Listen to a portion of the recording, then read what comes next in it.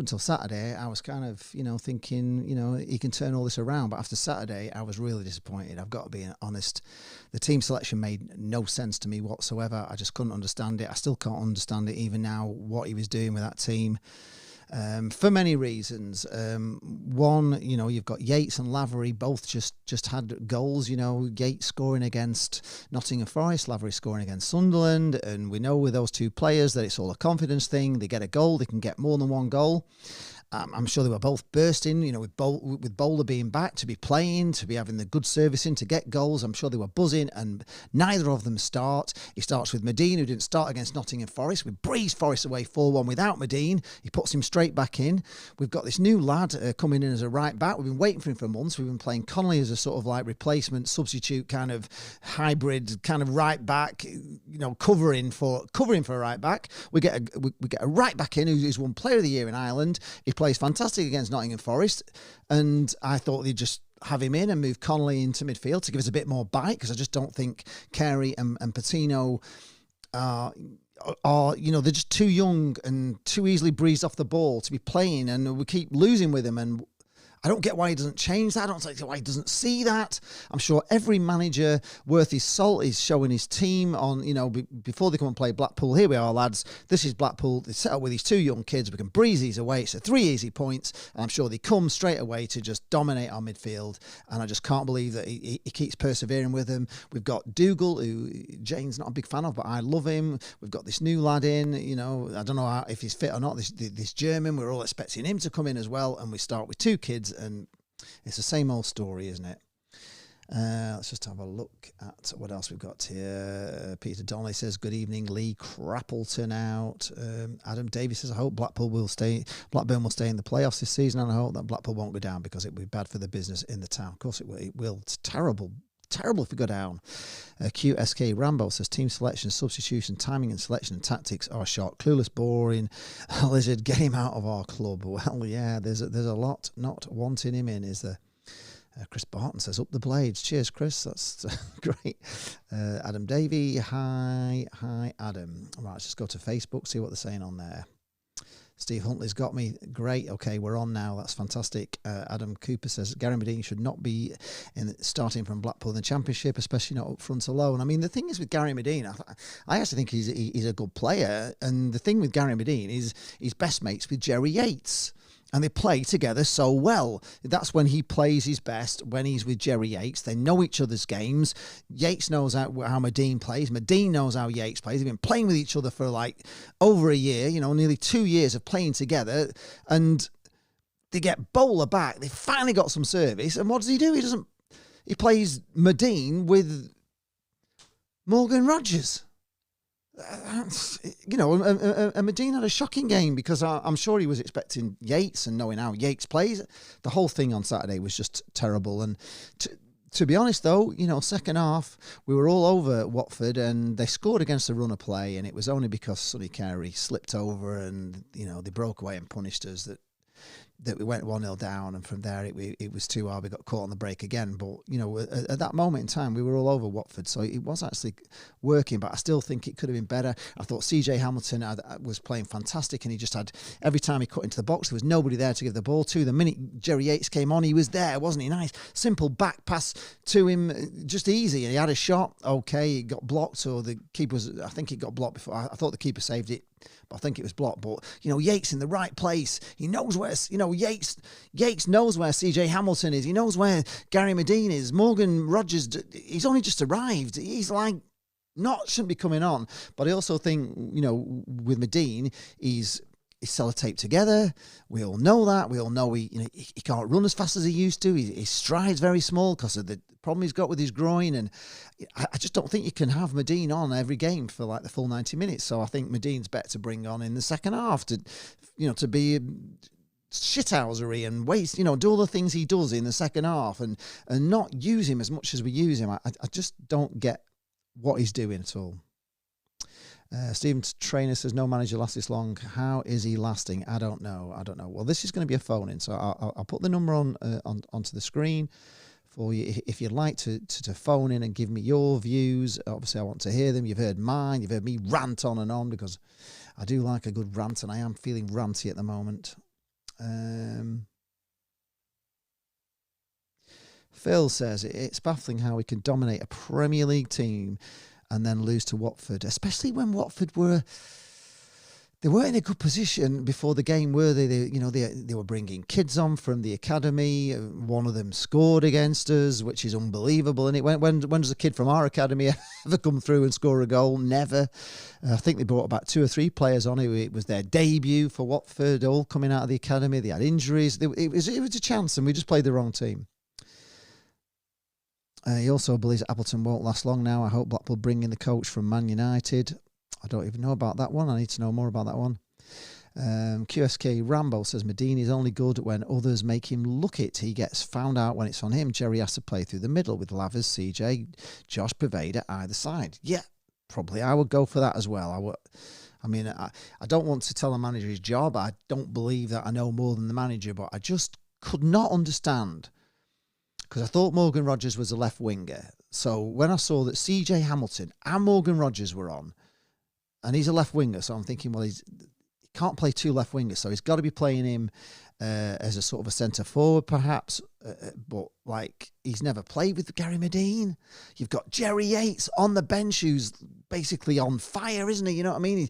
He's just got a goal, and we all know that a goal for Jerry Yates means a hatful of goals for Jerry Yates, because he just needs that one goal. If he's going through a bit of a lean patch, when he gets that goal, we know then he's on form, he's on fire, and he could get 2, 3, 4, 5, 6 goals in the next games, because he's got over that sort of problem of not being able to score a goal. And I'm sure that Jerry Yates, when he heard that Josh Bowler was back, must have been bursting to be on Saturday. And he likes playing with Gary Medine. You know, him and Medine, they're good mates. They know each other's game. They know how each other play. Medine knows where Jerry Yates is going to be, and Medine was knocking balls down. They were never finding anybody, because I don't think he knew where Morgan Rogers was going to be. The whole thing was a disaster. John Haslam says, I've advocated giving Appleton a chance, but Saturday was the last straw. No Lions, no Yates midfield overrun, late substitutions. He went for a draw. It was just pathetic. It was. We don't need draws, do we? The one thing that we need at the moment is draw. We need draws like a hole in the head. We've got to start winning. Winning games, Appleton. Wake up, man.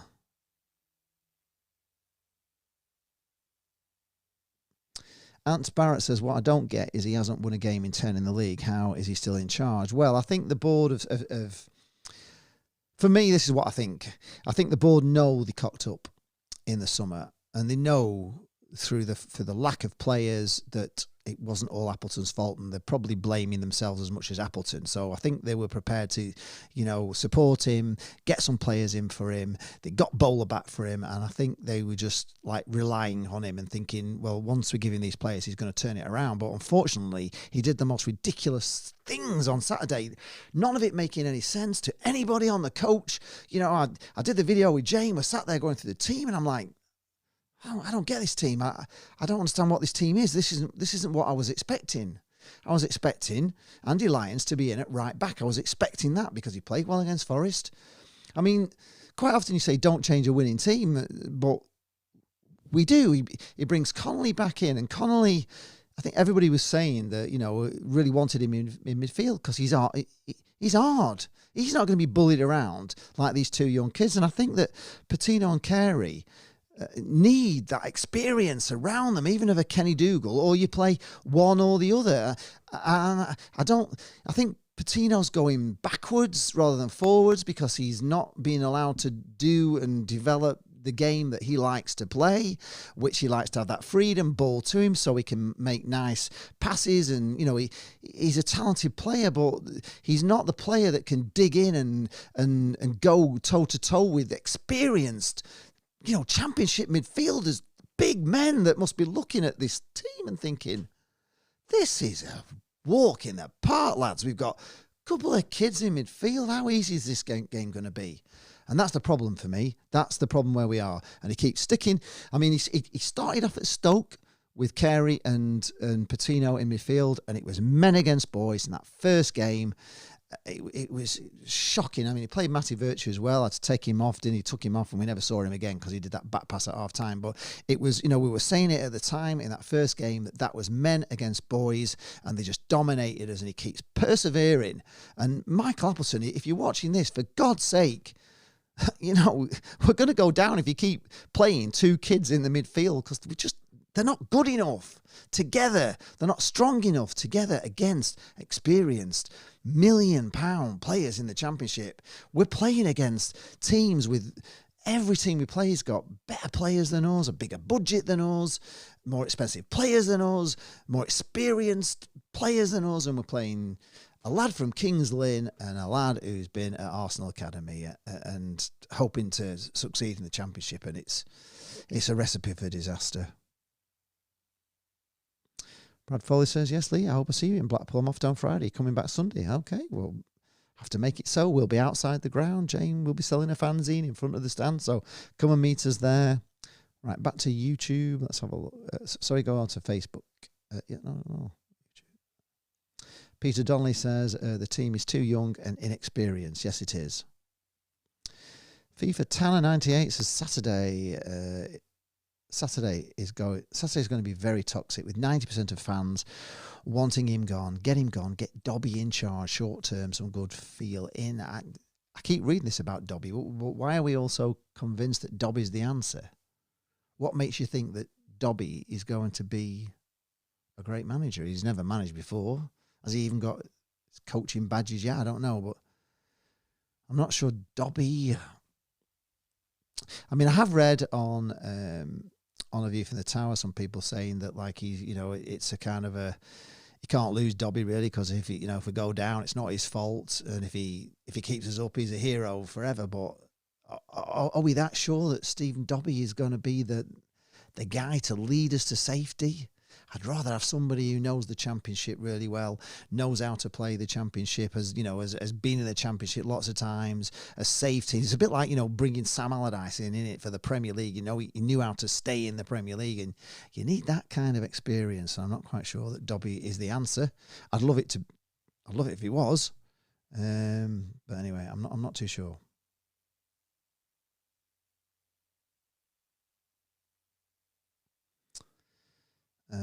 Stephen Hutchins says, I get that putting someone not tried and tested is a risk, but surely not as big a risk as sleeping our way to relegation. I think we're head on hurtling towards relegation at the moment. QSK Rambo said the same thing I said. Yeah, is Dobby experienced enough to get us to safety? Because let's be honest, that's our goal now. Yeah, I'm not sure he is. I think we need that manager. I mean, really, Michael Appleton's experienced manager, but I honestly, I don't know. I still can't get over that team selection was just insane to me. It just didn't make any sense. I've said it before. Yates and Lavery. Lavery scored against Sunderland. Yates scored against Nottingham Forest. They've both got that monkey off the back that we all know that those two players are confidence players, and when they get a goal, anything can happen. And to just have them both on the bench.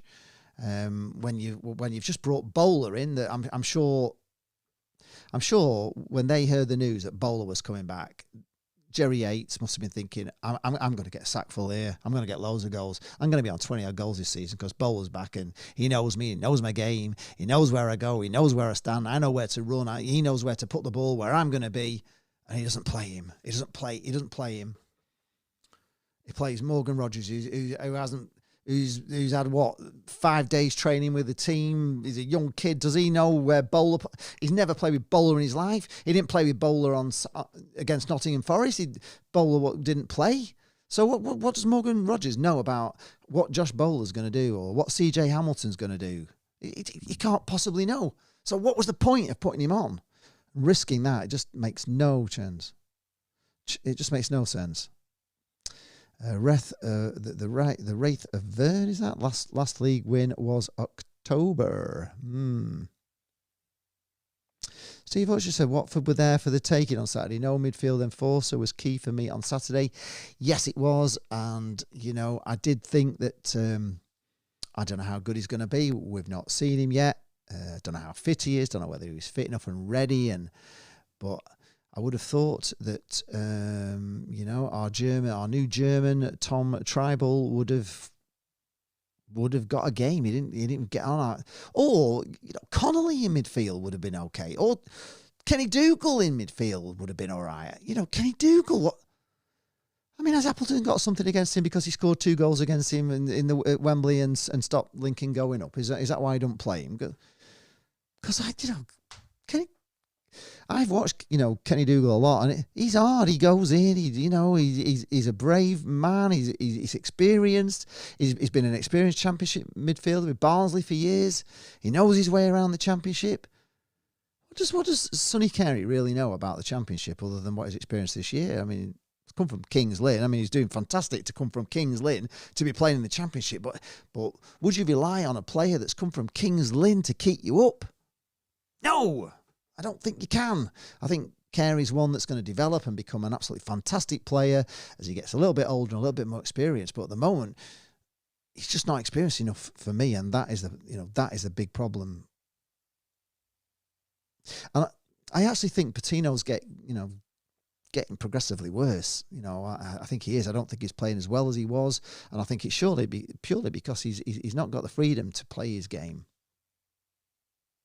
Eugene McGee is here. I think it's time for change at Blackpool now, and they need to sack the manager now for ex-Blackpool player as a manager like Charlie Adam. Maybe. Again, it's I don't know. You keep banding these names around, but I think you need somebody who knows the Championship, somebody who knows how to survive in the Championship, somebody who knows how to be a shithouse in the Championship, somebody knows what it's all about. Because they were awful on Saturday, Watford. They were just cheating. I mean, they were going down, feigning injury all the time. Referee was buying it all the time. There was one of their players in the first half was kind of hobbling around, and we were on the attack, taking the ball forward. He then decides to go and lie down on the pitch, and they stop the game, and the referee comes over to him, and he's trying to get some sort of trainer on for him, and he's telling him he don't want the trainer on. Then he just gets up. No trainer, gets up, carries on. If that's not cheating, I don't know what is. And then they throw the ball back to us, and the whole moment's gone, you know what I mean? And that's just they were doing it all the time. They were going down, play acting all the time. It reminded me of watching England against some sort of foreign bunch of cheats that we normally used to hate. Wraither, I feel the last chance saloon for Apple Tree should have been months ago, yeah.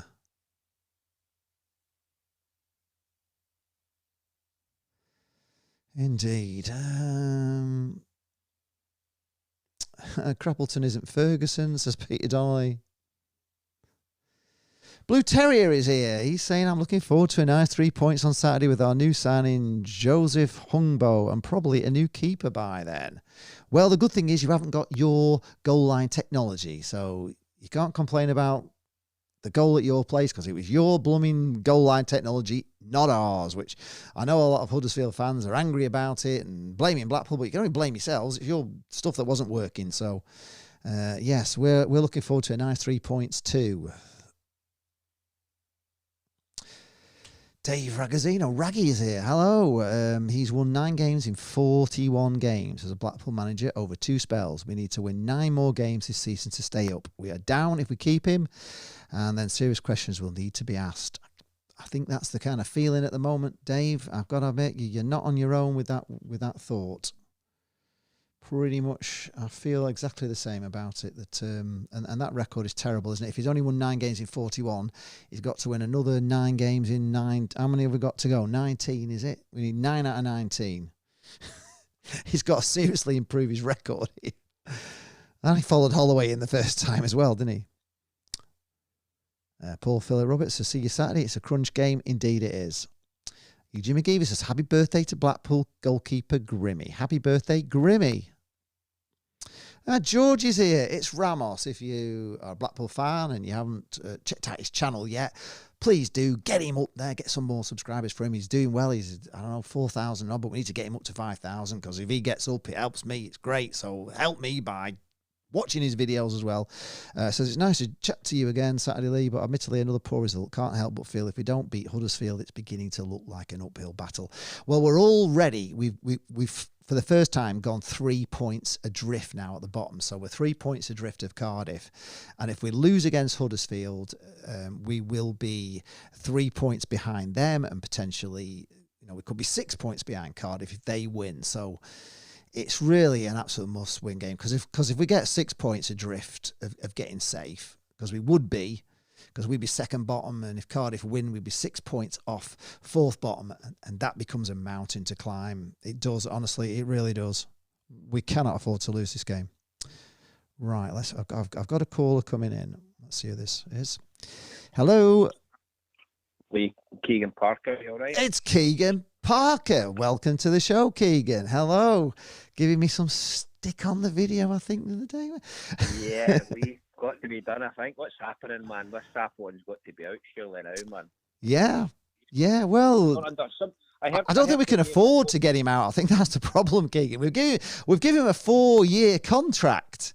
I think that's the problem. Can they afford to pot him after giving him a 4-year contract? I just put in the chat down the bottom, Blackpool should be dealing with 12-month rolling contracts. It makes sense. It keeps, obviously, a carrot for the manager to do well. Do you know what I mean? Yeah, I kind of agree with you there. Yeah, it's madness, isn't it? A 4-year contract, and it wasn't popular, Keegan. It wasn't a popular choice. Right as soon as it was announced, it wasn't popular. And, the board were defending it, saying, we've interviewed him, he's the best man for the job and all this. But the Blackpool fans, a lot of Blackpool fans were not happy because, he's been here before. They shouldn't give him a contract that's going to deter them from going like 12, 13 games in a row with like one win. Do you know what I mean? I know.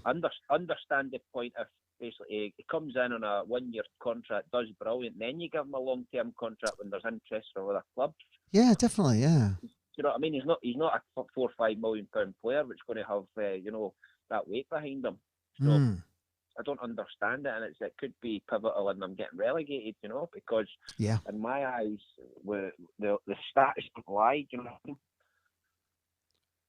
So that's my input on it.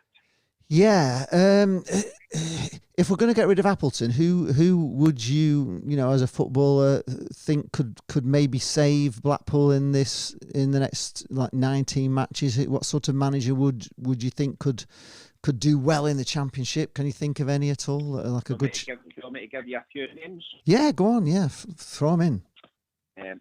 Ex-Middlesbrough manager. Yes. Sheffield United. Yeah. What's his name? Chris Wilder. Yeah. Yeah, I mean, he got the sack from Middlesbrough, and his record wasn't that good. But the season before, he was really good with. Was he Sheffield United? Was he Sheffield United manager? Yeah, he was at Sheffield United before that. Yeah, Sheffield United, indeed. I'll give you one, Ian Evatt. Well, it's whether he wants to leave Bolton. Would he want to leave Bolton at the moment, where we've kind of snubbed him twice already, so he may not be too happy with us. But yeah, he would be great. He would be great, wouldn't he? He would play the kind of football that Holloway was playing. He very much plays that style of football that we like. There's a manager in Scotland called David Martindale. I don't know if you've heard of him. He's a Livingston manager. He's done wonders with Livingston. He's got the smallest budget by a country mile in the Scottish Premier League. Right. He's had them finish in the top 6 like 3 out of the last 3 seasons, 3 out of the last 4 seasons. So. Mm-hmm. Something like that, Yeah, I've not heard of him, but he sounds promising, Keegan. It's 3 great suggestions there. Post in the comments if you agree with Keegan on that. A lot of people are talking about Stephen Dobby, who is now working with a youth setup, but he's not managed a team. Under the circumstances, I think you need somebody with a bit of experience, Yeah. I know sometimes you put a manager in who's not got experience and it works, but I think you're better erring on the side of caution, Yeah, definitely. Those sound much better suggestions to me than Stephen Dobby, and I don't know why people, are thinking he's going to save us, or just though I like him. The problem you've got is if you stick with Appleton the next few weeks, you're going to have to back him with money, and then you could find you're in a situation where with Simon Grayson, where I think it was a similar time they sacked him, wasn't it? was it a couple of years ago after a transfer on, they gave him a good few bob to sign about 5, 6, 7 players. They signed him, then a month later he was on his way. Yeah, so they potted him for Critch. The next manager who comes in's got an excuse right away for not performing. Oh, they're not my players, you know. Yeah, exactly. We were lucky then because in that year with Simon Grayson, we had a very, very good start, and we were kind of top. You know, we really did have a flying start, Blackpool, and it all went to pieces, you know, before Christmas and over Christmas, and then January, February. So we weren't in any danger because you remember that was a season where COVID cut it short. So we didn't go down because we were nowhere near going down. Critchley took over. He had a few games. It was looking, you know, a lot better, and then obviously COVID came and just cancelled the season. So we were saved by that. But yes, they did. They gave him about a month. I think the logical, you know, they had the World Cup basically to, you know, have plenty of time to ponder. That was the ideal time to make the change, and then it gives somebody 2-3 weeks to look at the players, and then it gives them a new transfer window. Yeah. Whereas, you know, it's gone handled now. It's put pressure on the board as well as the manager. Indeed, it has. Indeed, it has. It's just a big mess, and I think it's a big mess they've got themselves in through signing of a manager who, me personally, I've said this already. If Simon Sadler is a Blackpool fan, as he claims to be, and I'm a Blackpool fan, and I wouldn't have even give Michael Appleton an interview. I wouldn't have even bothered because I know I'd be dealing with a hot potato that could, you know, really go wrong because he's already been here. He's been a manager when the Oystons were here. He's left after like 10 weeks of you know, being a manager and gone to Blackburn Rovers. It was never going to be a popular choice, and as an owner, you know, you want to be bringing in a manager that everybody's behind from the start. You don't want to be bringing in somebody that like half the blooming fans are not even coming because you brought him in. It was suicide what they did, and giving him this stupid 4-year contract was just. Got a few more names for you here that I've been thinking about. Okay. So, I don't know if a couple of them are maybe in dream world, but I think there are reasons behind it.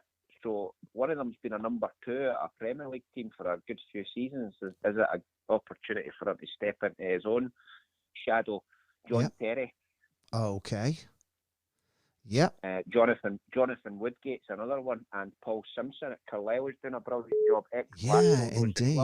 Indeed he has. Yeah, Paul Simpson. Well, we all know him, and we like him as well, don't we? He was very popular at Blackpool, and you know him very well, don't you? So, yeah, he'd be great. Yeah, he's another one I'd not even thought of. Yeah, there you go, Lee. But listen, my battery's worn. Okay, thanks for calling in. Thank you for calling in. Okay. Yeah, absolutely. Thank you very much. Thank you very much. There you go, Keegan Parker coming in. Did you agree with a lot of that? He was saying he was throwing up some really good names. Eddie House as Alex Gibson, yeah. It's Ramos says Medine is the captain and therefore unlikely to be dropped. That's probably Appleton's way of getting the best out of him as their alpha male personalities seem to clash. Yes, I do agree with that. Right, I've got another call coming in. Let me just get that one. Hello, what's your name? Hi, Lee, it's Adam. Hi, Adam. Are you all right? How are you doing? Hi, mate. You all right? What's your take on it at the moment? No, I know. I messaged you after the Watford game, so can't manage to calm down a little bit now. So. where do you want to start? Where do you start? Appleton, lineup? Yes, well, all of it really. Just throw it all out there. How you feeling? I'm sure I pretty much agree with you on everything. Starting off with Appleton. Do you think he was given obviously not enough players at the start? He's had injuries and suspensions to deal with. Do you think he's the man for the job, or do you think we should have got rid of him? As Keegan Parker was just saying, you know, when the World Cup came on, was that a time to say goodbye? And can we afford to say goodbye because we've given this stupid 4-year contract? Yeah, I get that with the 4-year contract, but how much money are we going to lose if we keep him and go down to League One? That 5 million. That we've got is good enough to stay in this league. Now, I was looking the other night through the next permanent Cardiff managers on Sky, and they've got a list of names there that I'd be happy with most of them, to be fair, over Appleton. We've got Neil Warnock, that's probably not going to happen. No. Dean Smith, Chris Hughton, you know, all experienced championship managers. Like, at the end of the day, we need someone with a bit of experience now in the Championship going to be able to keep us up, because the team is there. It just needs picking right. It is, isn't it? I totally agree with you. I totally agree. The team is there, isn't it? But you know, you've just touched on it there. I don't know what that was on Saturday. Do you saw that team come out? What were your thoughts on it? The minute you saw it, because the minute I saw it, I was like horrified. I just like, what? This is not what I expected, and it wasn't what I expected. You're probably the same as me. You thought Andy Lyons would be right back because he played well against Forest. We've been waiting for him for months, haven't we? We've been struggling on with Connolly as a sort of substitute right back, covering for Gabriel. He's more hot. He's a hard man. He'd be brilliant in midfield to help these two kids out. So I thought Yates and Lavery are both, on the score sheet. They're both up. They both got bowler back. They've got to be in. Medine likes to play with Yates. Yates likes to play with Medine, and he's playing Medine with Morgan Rogers, who he's never played with in his life, and Rogers doesn't know where bowler puts what did you think? So I drew up like a formation, but it was before we signed that Tom Tribal. Yep. So I was just going to go through it with you and see what you think. So go on. Yep. In there, I've gone for Grimshaw. I like him over Maxwell. I prefer him. I know it's a debate. Many people are split between the two, but me personally, I've gone for Grimshaw in there. Okay. Fornelly and Exeter at centre back, because we don't really have any other options. No, we don't. Andy Lyons at right back, with James Husband at left back. Then in two centre midfield positions, I've got Patino, and which I'm not, again, like you said, the last few games, I think he needs resting, so that might be a case of resting him for the game and then bringing him back in. But I've gone for Patino and Dougal/Connolly, because Connolly played well in centre midfield for us. Yeah. Either of those for me as well. Either of those was logical for me. Against a team, that Watford, we knew before the game that they had a lot of injuries, a lot of problems. They were having a lot of kids in the team.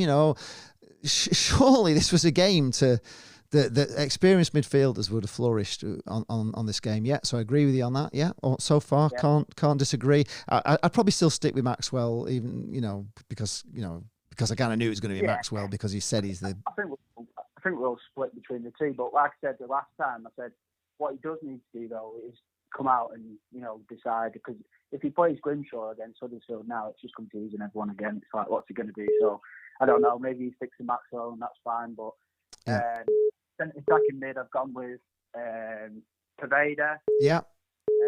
Was he injured though? Or I don't think he was. Do you think there's been a fallout? Do you think the rumours are true that there's been a fallout with Paveda? Rumours are true. There's nothing come out about it. I don't even think he mentioned anything about it. Did he in his interview or anything? I don't even think he was asked about it. So, and I know that I think he already had some problems with Paveda earlier in the season, which might have explained, I mean, he was injured as well, but I think that he wasn't playing him as much. 2 man of the match performances in the last 2 games. He's been phenomenal. He has been phenomenal, hasn't he? You can't. I was like, oh God, why is he not in? I would have had him in as well. Yeah. You know what? I reckon I know what would have happened. He's probably got, he's playing his mate and he's playing Rogers at the centre attacking mid, and he was probably always planning on playing Hamilton, Bowler, and Medine. And then Purveyor's probably spat his dummy out, and rightly, because if that's what's happened, then I mean, obviously you're a professional footballer. You've got to, take it on the chin and deal with whatever's been given to you. But at the same time, you don't put in 2 man of the match performances and get dropped by someone who's, been at the club 5 minutes. Yeah, exactly. Well, we'd all be sick, wouldn't we? We'd all be sick, especially when you're just getting your game together. And he was looking more confident, wasn't he? Purveyor. He was doing more and more tricky things. He was taking players on. He was exciting, wasn't he? I thought in the last 2 games he was. For me, and I don't always agree with the man of the match. Because quite often, they give the man of the match out, and I think, why the hell are they giving him man of the match? You know what I mean? But Paveda just was a star against Forest, wasn't he? No, I couldn't believe that either. I still can't quite get over it. Can't. And then left side, I've gone with Rogers or Hamilton. I feel harsh on Hamilton because he's been playing so well. Yeah, and he played well. One of them where you can start Hamilton, bring Rogers on, Yeah. see how how it impacts the team. If it's positive when Rodgers comes on and it makes a difference, then maybe that's when we can justify swapping them out. But I'd still stick with Hamilton for now. Yeah, I mean, they were struggling with Hamilton so much. Before the goal that they scored, it was Blackpool came out fired up in the second half, and no matter what we say about the team selection, we were the team on top at the time they scored. We were all over them, and CJ Hamilton was running riot down that left hand side. That right back couldn't cope with him, and he was putting balls into the box, and there was like nobody there. And the minute Jerry Yates came on, he was there. CJ Hamilton just cut a lovely ball back to him because he was there in the box where you want him to be. Hamilton was putting balls into the box and the defenders were clearing because there's just nobody there, and I'm so frustrated. Honestly, I am so angry. I can't even. Steam's coming out of my ears. But yeah. So, and then Bowler on the right. Yeah. Up front, bring Medine on 70 to 75 minutes to yeah. try and have an impact in the game. Even at that point, if it's 0-0, if you want to start, punting the ball up then and doing that, that's fine. But for me, the way we played against Forest, ball on the floor, passing the ball around, even mostly what it felt like in the game was we were controlling the possession. Now, we allowed Watford to get back into that game, and control parts of the possession. But like you said, the midfield's not strong enough to play against that way. I just don't understand why we played the football that we played against Forest was what we were promised when we got Appleton. Yeah. Attacking football, fast paced, creating chances. Yeah. And that's what we did. It was glorious, wasn't it? Glorious. Saturday, he's gone, right, Gary Medine up front, let's shoot the ball. Let's, try and win some flick-ons or, control the ball and lay it off, and it just wasn't happening. No. But do you agree with what I was saying earlier, though, that Medine plays best when he's with Jerry Yates? Because Jerry Yates and Medine know each other's game, back to front, inside out. Medine knows where to head the ball down to Jerry Yates. Jerry Yates knows where to be for headers from Medine. Morgan Rodgers has turned up, I don't know how many days ago. He's probably had a few days of training. What does Morgan Rodgers know about Gary Medine's game? Because Gary Medine looked terrible on Saturday because every ball he laid across somewhere was to nobody, because I don't know whether he was heading it down to, thinking they'll know where I'm heading it down to and they'll be there, and he's just obviously he's jumping up for a ball and he's just heading it somewhere and he's knowing that's the kind of place where somebody is. There was nobody there. He just looked a muppet on the pitch, to be honest, and I thought he's letting down there because he's playing to a team that are not there. Lavery will know more where Medine plays the ball to. Poveda was getting the sort of link in with Medine as well, wasn't he? Medine was knocking him down to Poveda and he was picking him up, but wherever Morgan Rodgers was, it wasn't where Medine thought he was going to be or whatever. And I just thought it was just insane. And I also think, it's unfair on Medine.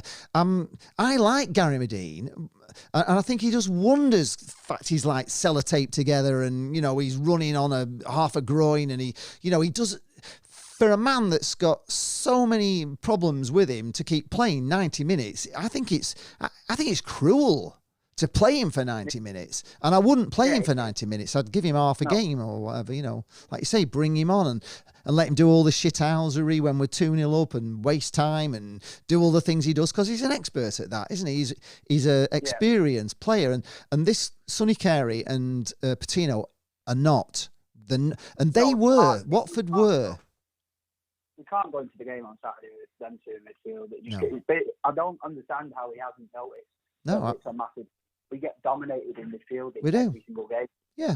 Do you agree with me that every manager will probably say to his team before they come and play Blackpool, he will say, right, lads, they've got two young lads in midfield. They've got a lad that they've got from Kings Lynn who's been non-league, and they've got a young lad from Arsenal who's just on loan. We can just breeze these two away. Just have a look at how Sheffield United dealt with them. Have a look at this game. Somebody else dealt with them. Look at this footage here where this team were dominating them. All we got to do is just push these lads around, and it's an easy 3 points. Would you say that would be every manager will be saying that to his team? That would be my team talking. The dressing ground. It would be mine. It would be mine. I'd literally say to him, I'd say, well, in all respect to Blackpool, we've already won the midfield battle today. Them lads are going to pull themselves out of positions. They're inexperienced. They're going to want to go on attack. It's going to leave space in behind for us to go forward. Yeah. And that's what it does. It does. They go forward, and they're not experienced enough in the Championship to know that that's going to cause massive problems. They get in behind us. They play the ball forward. Our defence is not quick enough to deal with, especially on Saturday, it wasn't quick enough to deal with Watford's front line. Well, that's because we have the space in midfield to make them forward. And we can't do that. And to answer the ultimate question, which is obviously on your video, is, last chance to lose against on Saturday. Yeah. No, Saturday's too late. Worst case scenario, and it genuinely does sound bad. Worst case scenario is we win on Saturday with Appleton, and then we lose the next 4 games, and we're just covering up what's going on. I just can't see him. I can't see him getting us out of this. I just can't. No. And I think that Huddersfield on Saturday is a game that we have to win, and if we don't win it, it's all too late. But then at the same time, if we did win it, everyone's going to, it's one of them. It's like, right, well, have we just made it worse for ourselves? Because now next 4 or 5 games we could lose, all 4 or 5 games. We're going to be back to square one. But, we've not changed anything. No. We're still playing that field. We're still playing that formation. We're still playing that team that's not getting us out of this situation. And it's just, it's a difficult decision. But they need to make a decision, or they need to come out and defend what's going on, because all it is at the moment is just 90% of the fan base is just wanting something from the club of what's going on. Like, I know we were meant to sign 2 players last week, but only one's come in. That's fine. But what are we looking at? We're screaming out for a centre-half, aren't we now? I mean, especially with Marvin going off injured as well, that's even more of a desperate need. What do you think the board, if the board are going to back Appleton and they're going to stick with him, they've got to, in my mind, they have got to buy some quality. And I don't mean loaning or freebies or whatever else. They've got to buy some quality. Do you agree? Do you agree we need an experienced centre-half? We need an centre half, definitely. I think in midfield, I know we're maybe looking I've seen some, Blackpool Gazette have had something else on there about another midfielder that we're interested in. But at the end of the day, I think the centre half's more important. The way that obviously our injuries are going, or suspensions as well, especially if Marv's out and then something happens internally, that's us, screwed then at that point. We have to get cover in that position. Yeah. A Millwall fan posted on my stream saying that, Blackpool remind him of Millwall because we're up and down.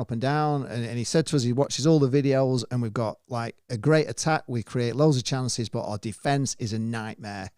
And I think he's right. Our defence is just so weak, man. I mean, it was just, all it was really on Saturday was one slip by Sonny Carey. Just he slipped, didn't he? And he just lost control of the ball. They picked it up, and the minute they got it, it was a goal because we were wide open, like you say, with the players all pushing too far forward, but we just couldn't get back, couldn't recover, and a kid scored the goal. A 16-year-old on his debut for Watford scores the first goal, which basically ended the game. I know the penalty finishes off, but that's because we're pressing again. But it's our defence, isn't it? We are like a wet paper bag. We're just so easy to punch through, aren't we?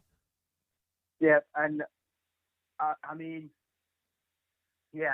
definitely do need that centre half. We do need someone. I wish we could have done something. I know obviously Keogh wanted to go, and the first few games for us last season, he looked a bit shaky, but he wasn't. After that, I wasn't sure about him after 5 games, and I loved him from that moment. Yeah, but why did you love him? What was the reason?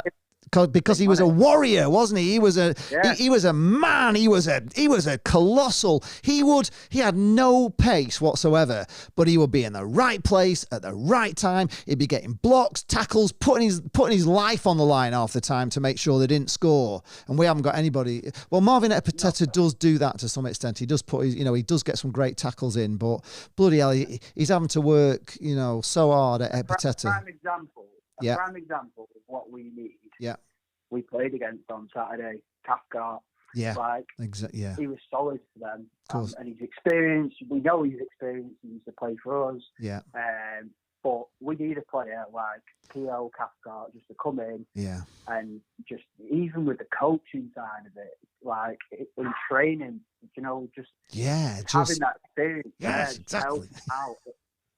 Yes, we need somebody like him. We needed I kind of said it before, we needed a Keogh, but about 5 years younger than Keogh, and not quite as injury prone, with just a little bit more pace, but that knowledge of the championship. We need that experienced championship, or even somebody who's been in the Premier League, but it's getting on in it to come here now when we're second off the bottom. That's the problem, isn't it? It's signing them, it's getting them over the line. Who wants to come to us now? That's these players needed signing in the summer. I've said it all along. You've got to do these signings when you can convince people to come to Blackpool, because nobody knows how it's going to go. But when you're second off the bottom, God, it must be like pulling teeth out trying to get people to come and sign for us. It's got to be, and it's got to be hard. It's got to be an hard sell. I wouldn't like to sell it, would you, to somebody? No. Come to Blackpool for about £10,000 less than you can get anywhere else a week in the Championship, and save us and have all the crowd and I don't know. I wouldn't like to sell it. We are in a mess. We are really in a mess. Yeah. So that's pretty much everything from me. I just, well, it's a brilliant call anyway. Thank you. I agree with you. What's happened on Saturday, but I genuinely do believe that it's possibly too late if we leave it till then. I think the whole last chance thing. I think it's done. I just can't see it. I can't see it. Neither can I. Thanks for the call. I've just noticed I've 12% battery on this, so I'm just going to have to plug it in. So thanks a lot, Adam. Thank you very much. Thank you. No, thank you.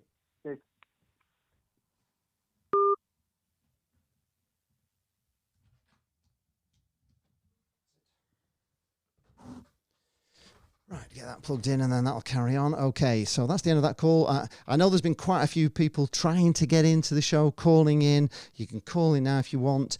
I am at 9 o'clock. I'm going on a channel with a guy called Turf Morehouse. He's a Burnley fan. He's getting some fans on from all the, from the bottom half of the table. I'm on representing Blackpool, so if you want to follow me onto that as well at 9 o'clock, we're going to be going on that. We can run a little bit over 9, so we've got about an hour left for calls. If you want to call in, there's plenty of time. But if you want to follow me onto Turf Morehouse's channel and defend Blackpool on there, because I'm going to be in with all sorts of different teams who are down at the bottom. Phil says, get Steven Gerrard. Laugh out loud. John Gravel says, I honestly think this is now a revenge mission for the Lincoln playoff now. It could well be. Yeah, wants to ruin us and send us back down. Right, I've got a call coming in. Let me just take that one. Hello, what's your name? Hello? Can you hear me? Hello, is this Lee? Hi. Hi, it's Wayne. Hi, Wayne. How are you doing? All right. All right, thanks. How are you? What's your thoughts? Let me know. Put it all out there. Just looking at the next home games against Rotherham and against Stoke. Yeah. After Saturday's game, sorry. The next 3 home games against Stoke and Rotherham. Yeah. It's all playing the teams at the bottom, isn't it? We've got to win them, haven't we? Definitely. But I'm just ringing about Jerry Yates. Yes. Oh, he's not knocking on the manager's office. They asked him why he was dropped on Saturday, not starting again. Yeah, I will be knocking as well. He's our main man, isn't he? He's the top goal scorer in the team. There's nobody even close to him. He's a top goal scorer. He's the one that's rumoured to be clubs are after him, Rangers, all these. They're not after anybody else. That he's the only one that's been talked about. Anybody wanting to sign. Why does he not start on Saturday? Why? When he's just got a goal as well. He's just scored, and I'm sure you know, and you'll agree with me, that Jerry Yates is a bit of a confidence player, and when he gets a goal, he can go on a run. Can't he? He kind of needs a goal. He gets in his head he can't score, and he goes to a dry patch. But once he gets a goal, he can get 10. Can't he? Definitely. And he knows Bowler's back. He knows that Bowler has, he's played with Bowler for over a year. Bowler knows Jerry Yates as much as Jerry Yates knows Bowler. So he'll know what Bowler does. He'll know what Bowler's capable of. Bowler knows where Jerry Yates will be. Jerry Yates is like top scorer playing on the right wing, not where he should be playing. So why was he not in? Why would you not put him in? I totally agree with you. Mental, isn't it? I think one of the reasons why he doesn't play him is because he believes in this one middle forward and 2 weeks for each side. He doesn't want to change that. He doesn't play with 2 strikers. I know. He won't change that system to accommodate 2 strikers. So what was the system, do you think? What was that system? Because I still can't quite figure out what it was. Where was Morgan Rogers supposed to be? What position was he in?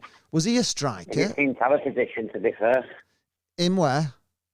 Being on the wing and in the middle, he didn't seem to stick to a position. He was a bit roaming around, wasn't he? He was kind of everywhere. So were we just playing with Medina up front then, and Morgan Rogers was kind of midfield moving around? Because I couldn't figure out exactly where he was supposed to be playing. Also, Morgan Rogers was down 3 times for like having trainers on, and people around me, there was a guy saying, "Oh my God, we didn't sign him in the summer because he was injured. This guy's like a bloody, a piece of bloody paper. He gets injured all the time. Why are we playing?" That's what I was getting all around me. People were worrying that he wasn't even going to last, and why we started with him. But yeah, the thing that I was thinking with Medina, if you played Medina on Saturday, and you played either Bowler or Hamilton or Yates at each side of him, you might have got more chance then, because he would have had the little flicks there.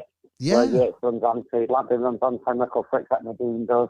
Yeah, Medina was flicking to no one, wasn't he? He was flicking balls on, passing balls to just ghosts, wasn't he? There was nobody there, was there? Because nobody knew what he was going to do. Because all you do is play Medina up front as a break, and then often he gets a knock on someone like Bowler or Yates, who can then get beyond the defence and score. Yeah. That's what you play Medina for. We did play better second half. We were playing better second half. I will say second half, I thought we were the better team until they scored.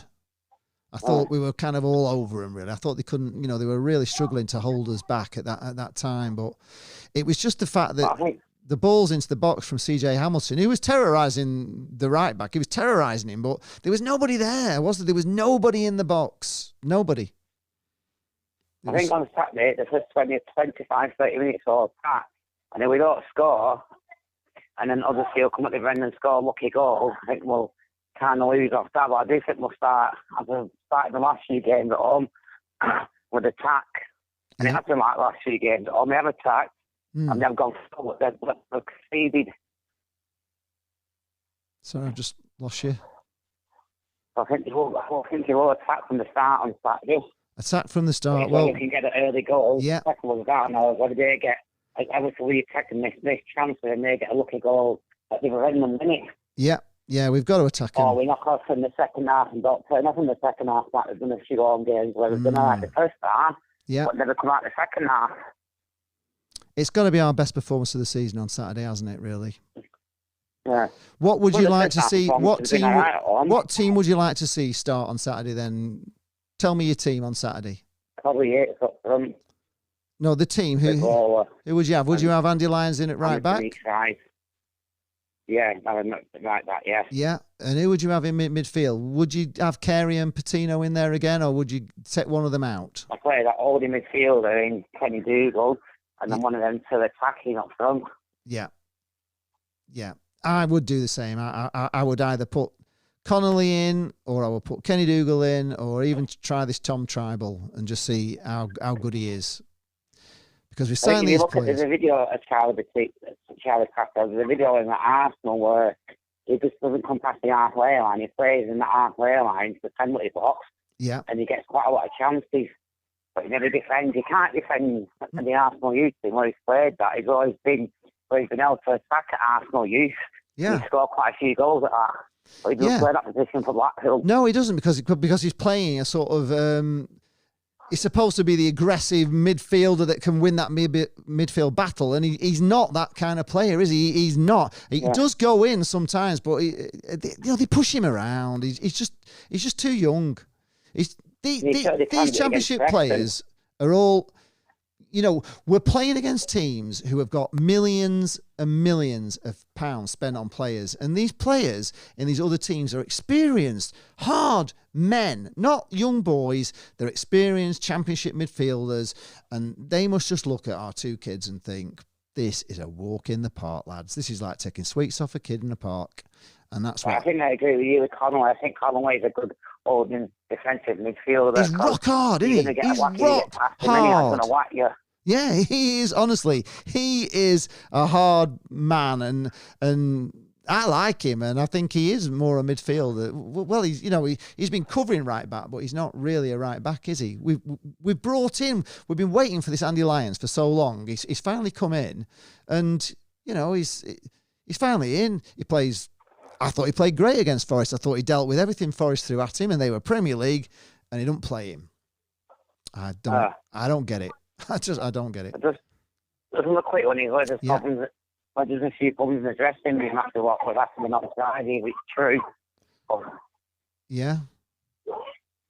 You spell that, sorry. What did you say? Sorry, I didn't catch that at all. I think for the age of travel, I think once his team is kicked off, Appleton, I think whether that's caused someone resting in the dressing room now or not. Well, I can't confirm that one way or the other, to be honest. I know there's rumours that there's been a kick-off in the dressing room, but as I say, that's not come out officially. He's got a groin injury now. Apparently, he's got a slight groin injury. Well, maybe he has. Thanks, Wayne. Anyway, thanks for that. I think he was always going to get to that. All right. To be fair. Thanks for calling in. Thanks, bye. Thanks, bye. Right, another caller coming in. Is that Michael? Is he there? Let's get him. Oh, hello, Michael. Are you there? Hello, Michael. Hello. Can't hear you, Michael. I don't know why. Just call in again, Michael. Oh, Michael, are you there? One more time, Michael. No, okay. Yeah, hello. Oh, hi, Michael. You there? Right, okay. I don't know. Yeah, I'm here.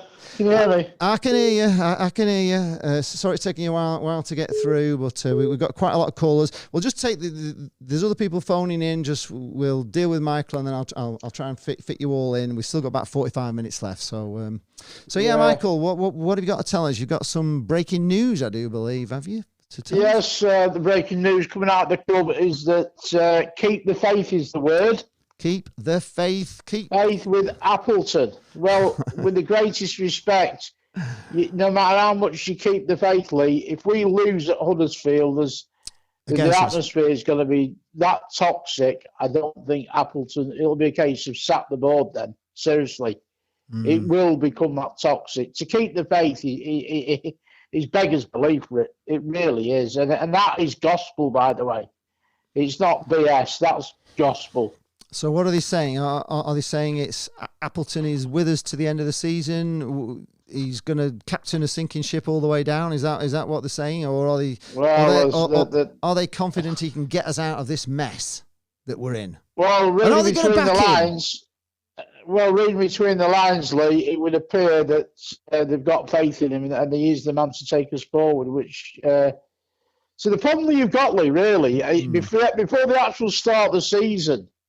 Yeah, the fan base was divided. A lot of people wanted Appleton and a lot of people didn't want. But I'd say 60% didn't want him and 40% did. So let's think long about. Let's get one thing right. When Critchley first came to Blackpool, as an example, he went 10 games without a win. Yeah, which he did, as you know. So he's lining his ducks and think long about. Critch had a bad run. Yeah. And where did he take us in the end? He took us to the championship. Indeed, he did. And then there's the other divided fans that don't want him there, and he's thinking, well, we'll just give him that one last chance against Huddersfield. That's what it should be, Lee. Yeah, I mean, like I say, I remember that, Michael, because I remember doing the video, which was for the Jimmy Armfield thing at the Armfield Club.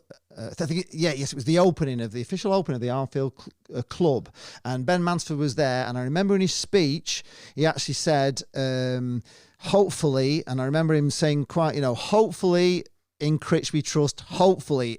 And he was very insistent on the word hopefully, because at that time he wasn't doing very well.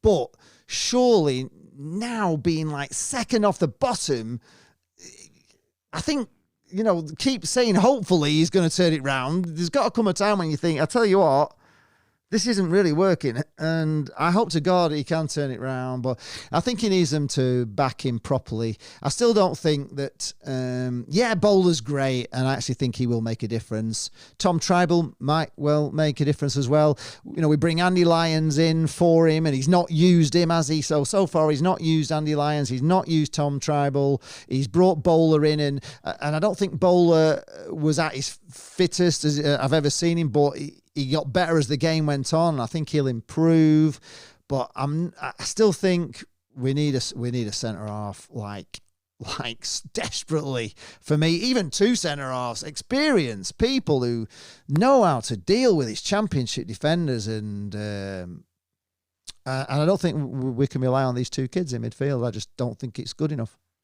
I like him. No, we've got to basically what you got to do, Ellie. You've got to rest Carey and Patino. You've got to rest the pair of them. Put Dougal in there with this new kid, the Brussels sprout, the German that's just come in. Yeah, see how they go. Play them two. Give them two a chance. Or play Conley at the side of them. But you've got to rest Carey and you've got to rest Patino. You have. Patino's been off the pace for the last 6-7 weeks. He has, but that's because he's not playing in the right position, and he's not playing with the players he needs to play. He's playing too deep. Exactly, and he needs that Tom Tribal. He needs that Liam Bridcourt. He needs that sort of player, doesn't he, with experience that allows him to play his game. He cannot play his game at the moment, Patino, and when he does play his game, he's class. We all know he's class. He is a class player, but he's not being allowed to play his game because he's having to do too much diving in, and he's getting bullied where he needs the freedom, really, doesn't he? He needs somebody, like Charlie Adam to just get hold of the ball and just give him nice balls and say, do something with that, do something with that, do something with this ball. But he's not. He's trying to win the ball all the time, and it's just, for me, he's playing it all wrong with these kids, and I hope he does. It's just complete beggars belief, Lee, because he hasn't got a clue about what he doesn't even know his best 11, and he can't play to a system. No. Why do you change a winning formation, for crying out loud? I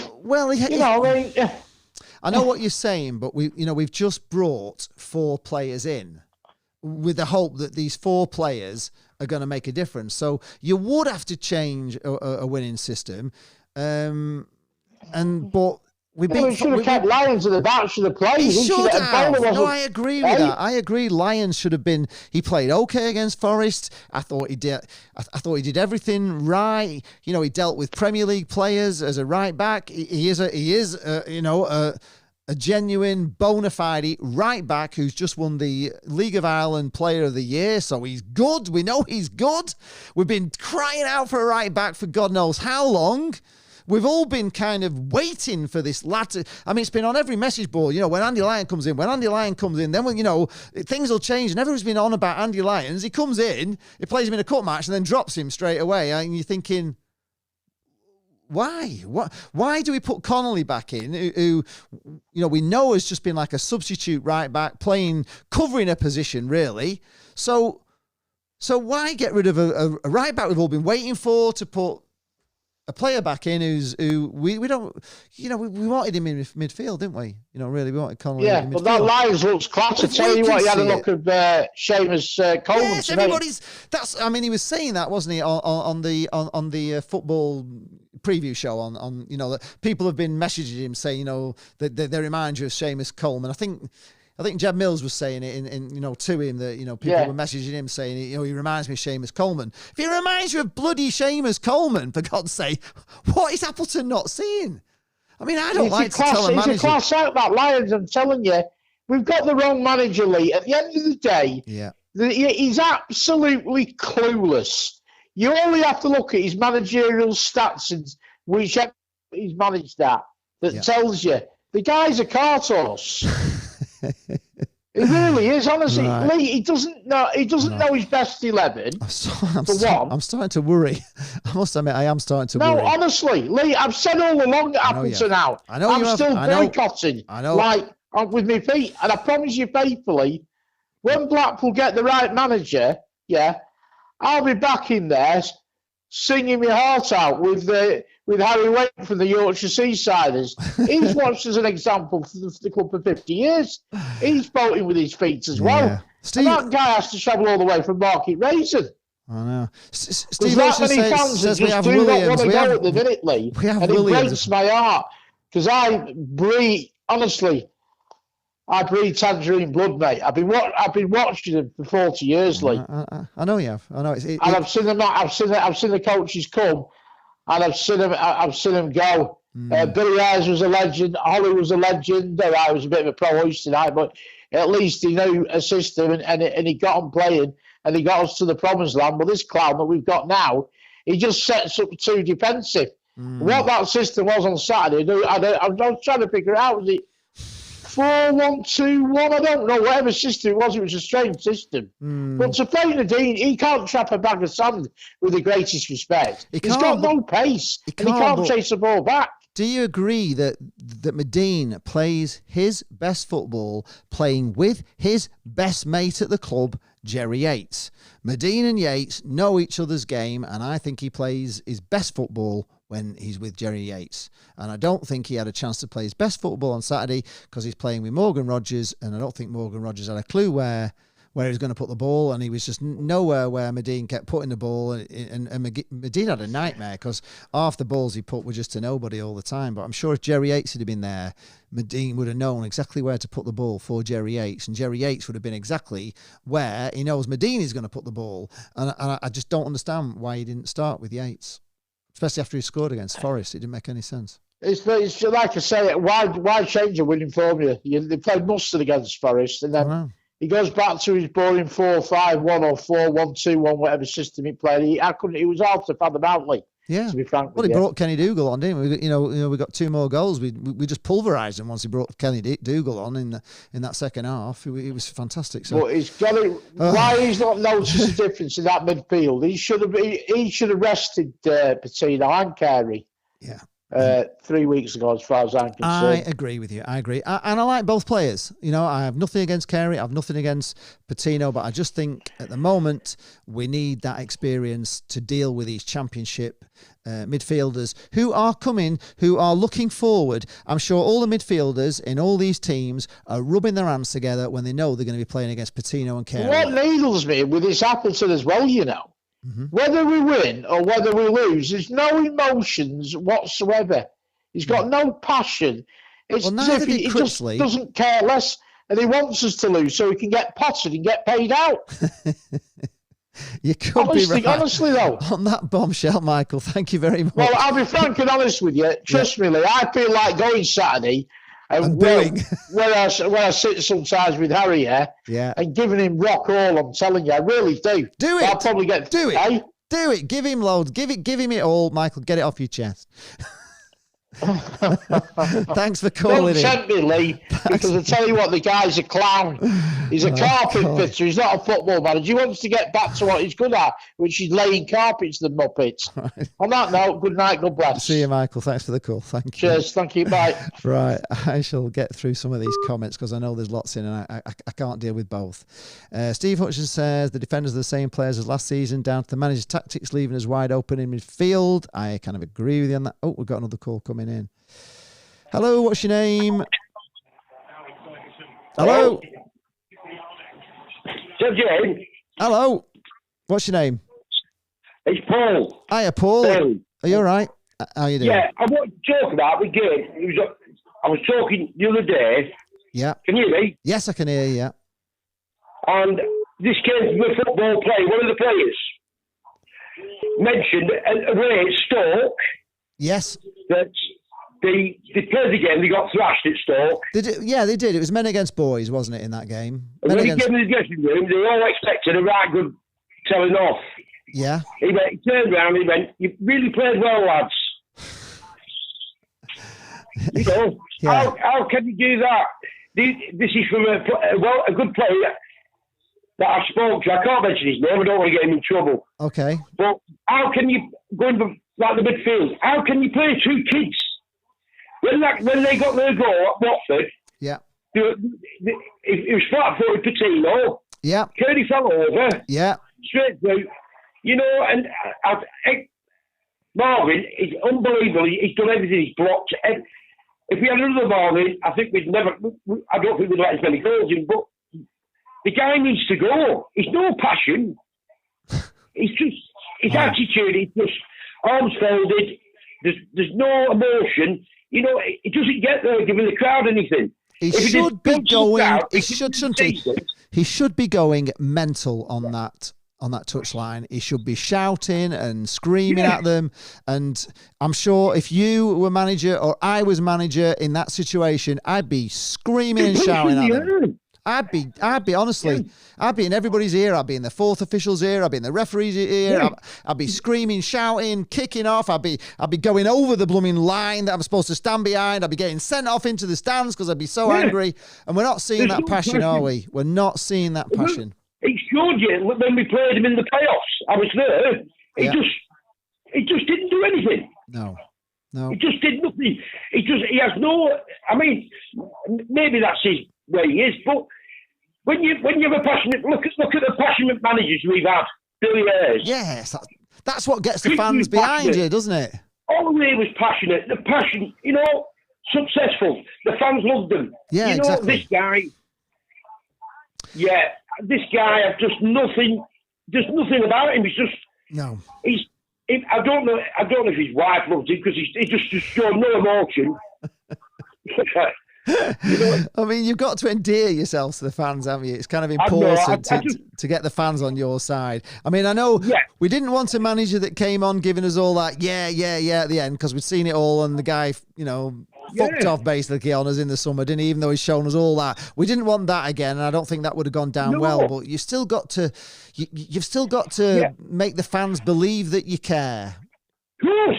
But I was against him when he came, Lee. I know. I was against him when he came. Yeah. But I thought, right, give the guy a chance. Yeah. Yeah. You know, and we give him a chance. He's had a chance so far, hasn't he? And what's he done so far? Yeah. We're second off the bottom in the league. It's not all his fault. It's not all his fault. I've got, you know, I'll say it now. We've had bad injuries. And suspensions and sending off and all the rest. Yeah. But we go on about wages. I mean, 23, I think it's 23 games. Yeah. That Kevin Stewart's played was in 3 years, no, 2.5 years. Mm.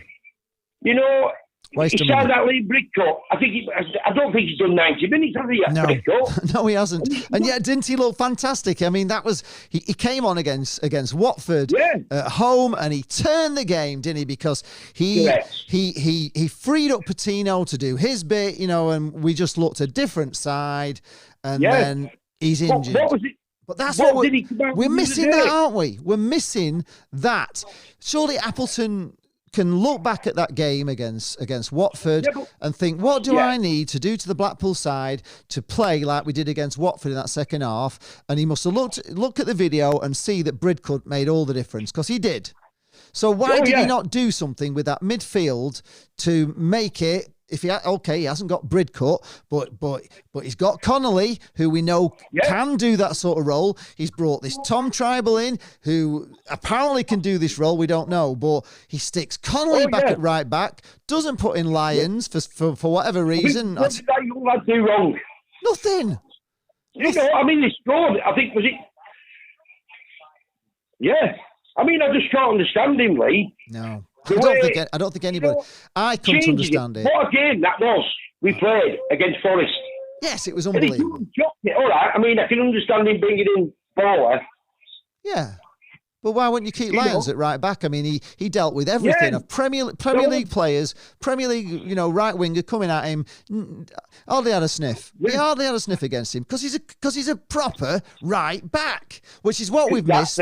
That's what we've missed since Jordan Gabriel got injured. And I mean, don't get me wrong. I mean, their first goal, if you remember rightly, Connolly was up.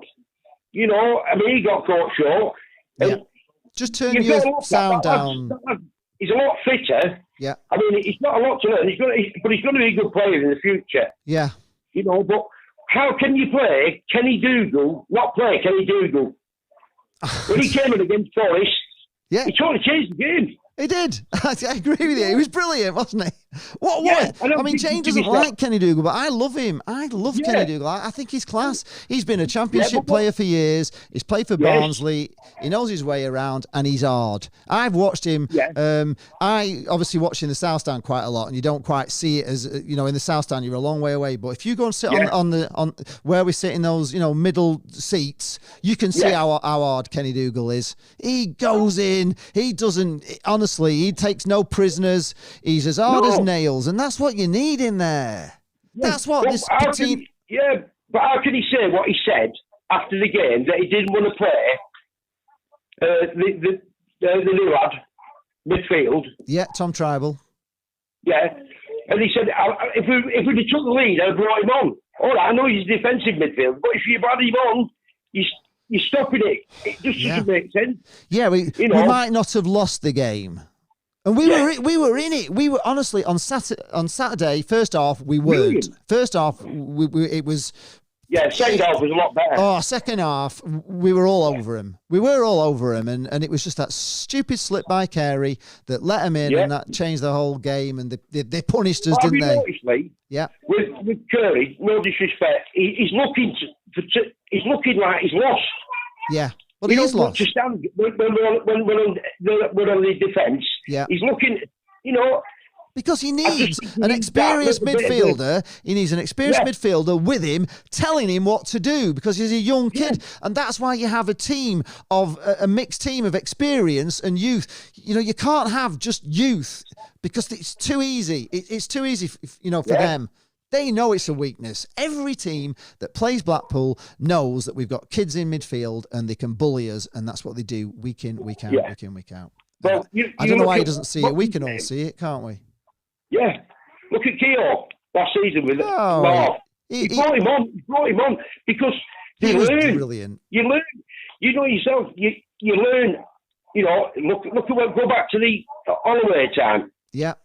David Vaughan was a good player, but soon as Charlie Adam come into the team, got him playing amazing. Yeah, of course. Trusting up off of each other. Yeah, exactly. You know? Exactly. But there's none of that because you got two young lads in midfield that are not. I don't want to call them. You know, they've done a job and they're put out there. But at the end of the day, they need a bit more experience with them. Yes, they are players for the future. I think Sonny Carey's class, and I think he will get better, and I think he would get better with a bit of experience around him, telling him what to do and where to be, because he's not old enough yet to know. You know, he needs that leader with him, doesn't he? He needs somebody saying, you know, be there, and I'll put the ball to you there. Always be like open for me here, there, because I'm gonna put you in there, and Patino's the same. You know, Bridcut just honestly showed how good Charlie Patino was. When Bridcut came on in that game against Watford, it just transformed Patino because he was free, he had space, he could make killer passes, he could do brilliant stuff, but he can't because he's trying to be Liam Bridcut, and he's not. Yeah. He's not. No. But I totally agree with you. Yeah, but not only that, you've got to understand as well, when they're playing like that, them young kids, and they don't have a good game, you know, they're going in that dressing room, they must be feeling awful to let the side down. And that's not a good call. You know, they need that experience with them to say, listen, you know, step back a bit, or, you know, just coach them through it on the pitch. We're not getting that. Dino can't tell Sonny Curry can't. No. And that's what I think that's the problem. Missing. But why is Appleton seeing this problem? Why? Well, he obviously is, because he's brought Tom Tribal in, but he's brought him in, and he had a chance, didn't he? I mean, for me, he had some great chances. He could have kept Andy Lyons at right back, and then he had a choice then of Dougal or Connolly to be in that midfield. He had two players, or he had three, didn't he? He had three players that he could have played. He could have played Dougal, he could have played Tom Tribal, and he could have played Connolly in midfield. And all of those three would have worked if you leave Andy Lyons as a right back. He knows that Watford have got injury problems themselves, and they've got young kids on. So Andy Lyons would have been perfectly fine. And how long have we been waiting for this Andy Lyons? How long have we been talking about Andy Lyons? Talking about him, yeah. Yeah, and you don't play him. Just crazy. I know. Crazy. Anyway, thanks for the call. We can go on and on about it, can't we? I just get more and more wound up by the minute. But I give somebody else a chance. Yeah. Anyway, thank you, Lee. Thanks for your call. Thank you. You too. Thank you very much. Thanks. Good night, mate. Bye. Right, I'll try and get through a few comments because I can't get through them all. Matthew Warrender's here said, I don't think the board will sack Appleton as I don't think they can afford to sack him, and I really got a bad feeling Jerry Yates will leave us this transfer window. You could well be right, Matthew Warrender. I also do feel that could be. Steve Hutchins said it was supposed to be a 4-2-3-1 on Saturday. I don't think that's... Dave Raggy says if they can't afford to sack him, then the board needs to go for spending all of BS's resources on an uninspiring, clueless gooning.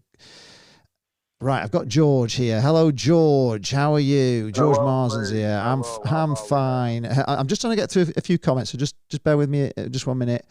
True Red says, just one sec, George. Just hold on a minute. We need to recruit players, getting them through... recruit players, getting them through the door quick. Yes, the FA Cup money will help you financially, but I just want to see Blackpool stay in the Championship. We all do. Dave Ragazzino says Appleton is a League 2 manager. Steve Atkins says Lions at right back, Connolly and Tribal in midfield. That would be a start. I agree with you. Matthew Warrington again says don't think the board has the money to sack Appleton. I don't think they have. I kind of agree with that, or else they'd have got rid of him already, I think. Steve Hutchins says Critch never went as long as that without a win, even at the start of his reign. No, he didn't. You're right. It's been terrible. Paul Chris said, should the worst come to the worst? You're all very welcome at Lincoln. Okay, fantastic. Let's see if I can get through any more. True Red says Michael Appleton was out of his depth, returned to Blackpool. Simon Sadler is a tangerine supporter. For fuck's sake, if he doesn't see what's happening in his own club, sinking like it's a game of Battleship. Yeah, I just don't understand why he doesn't. Right, okay. So, George, that's as many as I can get through just at the moment because I just can't get through the comments. Right, George, what do you want to say? I just want to say, Lee, I was at Watford, obviously. Yeah. Can't really remember what happened in that game, but it wasn't good. It wasn't good. You can't remember it at all. Had you been drinking, or was it just a case of? It's just a blur. It's just a blur. We were on it since the morning, mate, just to brace ourselves for the pain. Oh, right. Well, I can kind of tell you that first half we were it was a bit even Stevens, but Watford hit the crossbar. And Watford looked more dangerous than us, I thought. First half, I thought, it was even Stevens. I thought Bowler had a couple of runs, but half the time they were giving him really bad balls that kept going out of touch, which was a shame because he never really got on the ball. I thought second half, up until they scored, I thought Blackpool were all over Watford, to be honest. I thought they couldn't get rid of it. We were coming at them. CJ Hamilton was romping down the left wing, giving that right back loads of trouble, but there was nobody in the box. Every time he put a ball across, there was nobody in there. Brought Yates on, and that obviously made a difference, but it was all too late. Sonny Carey slipped over. We were wide open. They scored a goal, and then they obviously got a penalty on the break again when we were pushing. So that was it for me. Blackpool, Lee. Standard Blackpool. Yeah, it is, yeah. A roller coaster, isn't it? But unfortunately, it's been a roller coaster with not too many highs this season. I think it's... Can we turn it around, George? Can Appleton turn this around? If normally the news we get from Michael Haigh is that they are sticking with him, and we've got to stick with Appleton. I think that is the cry. Keep the faith is the board's message to the fans. I think. What do you think? Most likely, we're going to stay with him, but even if we got a new manager, I reckon it's too late. I think we're too far gone, to be honest. It takes a few games to get in the groove, and we don't have a few games time. No. And then with the loan players, we're going to be even more. We're going to be worse next season because we've only got loan players, and then the players we're signing, we're not even playing them. I don't understand it. Honestly, it baffles me. I go quite a few away leagues. Yeah. But I think Blackburn and Preston because it's close, but I think it's just best to save the money right now because I don't see us winning any. To be honest. No. Well, I think a lot of fans are starting to vote with their feet because I think most people are in the same, boat as you, thinking exactly the same. I mean, I don't understand why we sign players that we don't play. I mean, we haven't got long, have we? We had to get players in that basically could just walk straight into the team, didn't we? Yeah, we had that tribal. He's there on the bench, so he's ready to play, isn't he? So why are we not playing him? I don't understand it. Well, he's exactly what we need, isn't he? If he's as good as like he looked in the video that I've seen of him playing against Leeds for Norwich, where he looked like God, he nearly, honestly, he just took players, but it was incredible how he actually stayed on the pitch. But he was great. You know, he got the ball every time and the player, and just it was incredible. But he looked the kind of hard. You know, a bloody German coming in. We're all buzzing over a German.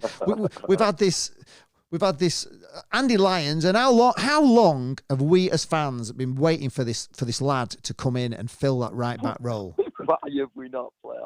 It's like it's been we've literally been talking about him for the last 3 months, haven't we? When we get Andy Lyons in, it can, you know, we all know we've got Connolly in who's covering that position. It's not his natural position, and he's done a job. But we've got a proper right back coming in, and he doesn't. And he drops him straight away. He had a good game against Forest as well. He did against Premier League players, didn't he? Against Premier League. Great game, and then go to Watford. It's a winnable game. It's not. I think people are making it out that it should have been easier, but it's obviously every game's a hard game, isn't it? Yeah. But it's a winnable game. We should be getting a point there. It's just we've got the players. I know. We've had the players, but it's sad, isn't it? Nothing there. There's nothing there. No. Absolutely nothing. We've got Bowler. He can create something out of nothing. Yeah. But he's just not getting anything, is he? And I don't think he will for the rest of the season, honestly. No. I would say, I don't know whether you agree with me about Bowler, but I thought Bowler had his best games for Blackpool when Jordan Gabriel was on the pitch behind him as a right back, and I thought they played together really, really well because Jordan Gabriel can, you know, push up. He's got a lot of pace, and he could even overlap Bowler at times. And I thought that's when Bowler played his best, when he had a great right back with him. And I thought that Andy Lyons looked a bit like he pushes forward. He got forward against Forest. I thought they would combine well together, you know, those two, and I hope he does. What do you want to see on Saturday against Huddersfield, and what team would you want to be going with? I'll take Maxwell out of net first, I think. Okay. I think he's a great shot stopper, but I think Grimshaw makes all the saves that he makes as well. Okay. And I honestly do think it, and he takes too long. He gets the ball and that. But Grimshaw, he gets it. If he sees someone, he goes for it. I think Maxwell's too scared about kicking it out. He bottles it a bit. So okay. I go Grimshaw in there. I go. Honestly, I don't even know who is he injured though? Is Epiteta injured? He did come off, didn't he?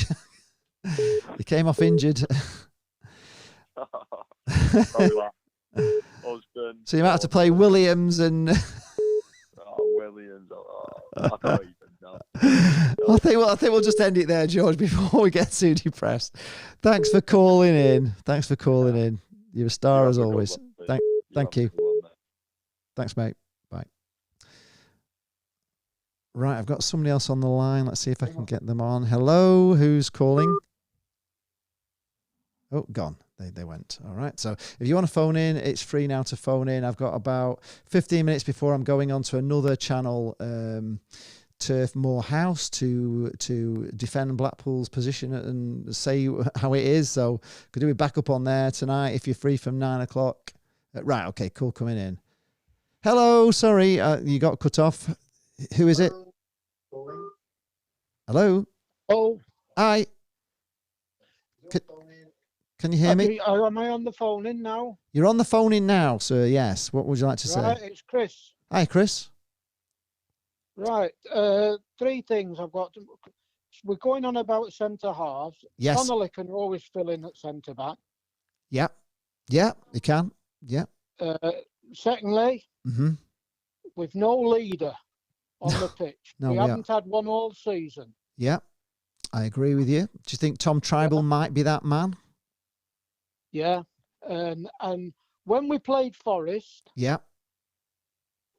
Beasley played up front. I know he didn't have a particularly good game, but we were far more mobile and quicker as a forward line, as a complete forward unit. We were. I agree. We were. We were. Yeah. As much Medine for me is a come on if we're winning 1-0, 2-1. Come on with quarter of an hour to go to do all the shithousery. Yeah. Yeah. I agree. He's great at taking the ball in the corner and going down. And I agree with you. And I always think it's unfair on Medine that he keeps playing him for 90 minutes when he's blooming sellotape together. It's cruel. Yeah. It's cruel to him. I do. I think you wouldn't do that to a dog, would you? He was so injured, just keep playing him for all the minutes. Surely the guy just needs a 20-minute, 30-minute spell, and that's about it. Yeah. So I agree with you on all that. Yeah. Yeah. But as I say, we haven't had a leader. No. All season. No, we haven't. When we were away at Watford on Saturday, there was an incident where a player went down injured, so all the players went over to the side to the pitch to take and drink, etc. Yep. Appleton just stood there while all players had a drink. So, look at Bilic. He's going round all the team, winding them up and firing them up. Yeah, of course. Pitch, Yeah, of course. That's what you want to see, isn't it? That's the kind of manager you want to see. Why does Appleton do that? Honestly, I'm with you. It winds me up as well. You would be saying, wouldn't you be, just bloody hell, Fred Bassett would be saying the same thing, wouldn't he, on the touchline? Mike Bassett would be the same thing, wouldn't he? England, whatever. He'd be having a go at him, saying, do this, do that, but no, there's nothing, is there? Just have a drink and carry on, lads. Yeah. And I do fear on Saturday, if we go a goal down, it will be toxic. It will. It will be toxic, and really, if we do go a goal down, that's when the team need us more than anything to try and lift them. Yeah. But it won't happen, I'm afraid. It won't happen. Do you like this chant, by the way? And I'm just going to put this to you because you've just made me think about this, and I hate it. I hate this chant. But when we start winning and we start singing "How shit must you be?" We're winning at home, or "How shit you must." Why have our fans suddenly adopted this song that somebody sang out as a few? It's the most unmotivational song for you get a goal in front and we start singing "How shit must you be?" We're winning at home. How does that inspire the team to go on? It's taking the piss out of ourselves, isn't it? Yeah. I hate it, honestly. Blackpool fans, if you're watching this, pack that. Just get rid of that song completely because it doesn't help the team at all, that song. It's terrible. It's not at all. No, it's not good. I mean, they sang it at Hull when Sonny Carey scored, and he was absolutely buzzing, going mental, running to the crowd. He was over the moon, and then straight away they start singing "How shit must you be?" We're winning away, and Sonny Carey must have just knocked him down. Totally down. I don't get that chant. I don't know why we're singing it. It's a garbage chant. It's got to be the worst chant we've ever sung ever, and we've got to get rid of that chant. So if you're watching this. Get rid of that. It's garbage. Yeah. And like you said, our two midfielders, the young lads, they're lost without. Patino's going backwards. He is going backwards. But is that because he's not playing with somebody who's putting him in the right positions and making him play like we know he can play? He's doing the wrong role, isn't he? Yeah, but when we're out Friday night with lads having a drink, I was saying, well, Connolly will go and sit in midfield tomorrow, and the two lads will be let run. Everybody was saying the same thing, weren't they? We've got a great new right back. Connolly can move into midfield, be the hard man. And what happens? What? He just puts three young kids in, basically, doesn't he? Straight away. So we've got. We've got Morgan Rogers, a young kid. We've got Patino, a young kid. We've got Sonny Carey, a young kid that, to be honest, has come from Kings Lynn. Yeah. You know what I mean? He's only been non-league, hasn't he? He's made a massive step up and I think he's a good player. But those three kids, not for me. What Appleton doesn't do, we played Sunderland at home. Yeah. We did all right in first half. We did all right. Yeah. Second half.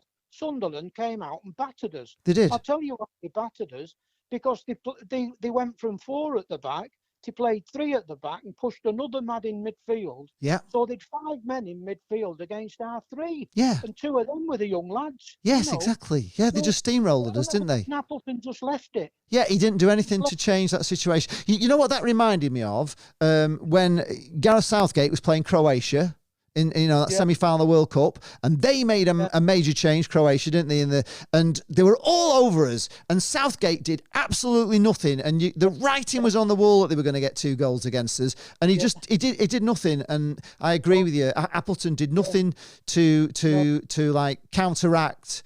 And surely he must have seen as much as we were seeing in the stands, because you could feel the pressure, couldn't you, all the way through that Sunderland were going to score, and he did absolutely nothing. And I agree with you. That's when you need, like an Ian Holloway, who would have just seen that and just done something straight away, wouldn't he?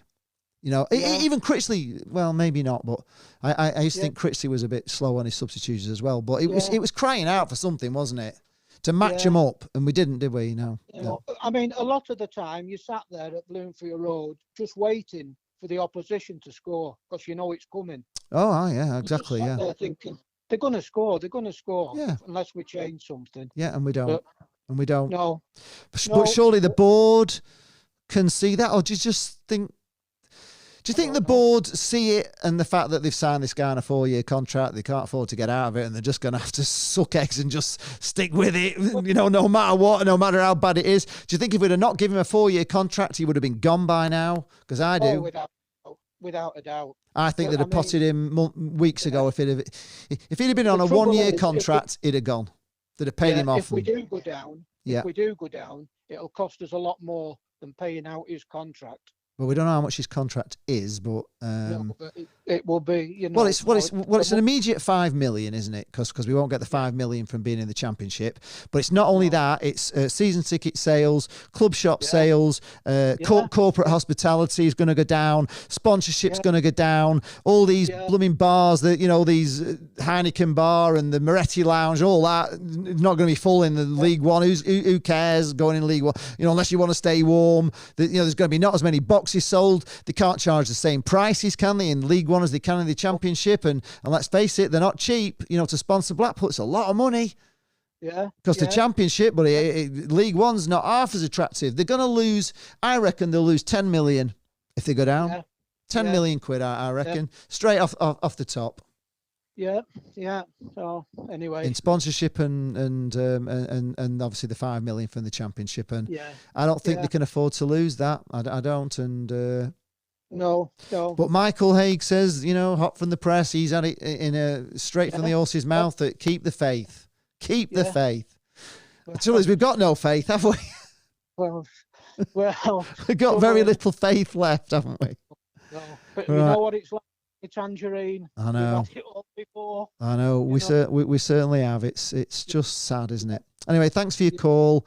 Sorry we're all miserable at the moment, and it's a bit of a moaning, but I think we're all on the same page, Chris. I think we're all seeing it. Yeah, we are the majority anyway. Yeah.